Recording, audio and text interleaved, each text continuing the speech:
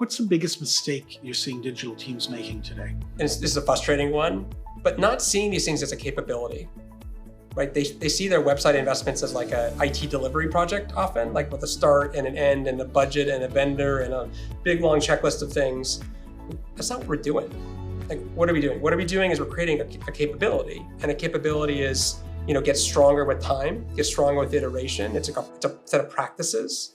The outcome of technology investments accrete over time because you stick with them and you just get more and more and more leverage as you go.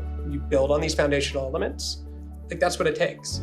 But because we're treating these things like a start and an end and just a kind of waterfall process, what I see is a bunch of money and time and effort and frankly like years of people's lives not accrete value, not get better and better over time.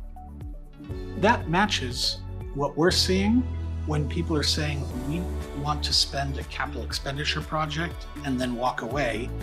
Our most successful clients are saying, how do we look at a more lengthy process that is constantly iterating? That is absolutely what we're seeing on our side as well. Well, and I'd say when you get kind of down to it with these website teams, a lot of them at this point are so cost optimized.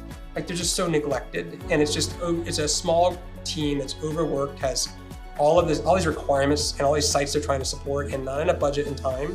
They are kind of forced into this world where they're not seen as a driver of growth for the organizations, which is the whole point of having a website, is to drive growth. And it's because that team is just not connected to, directly connected to that kind of outcome.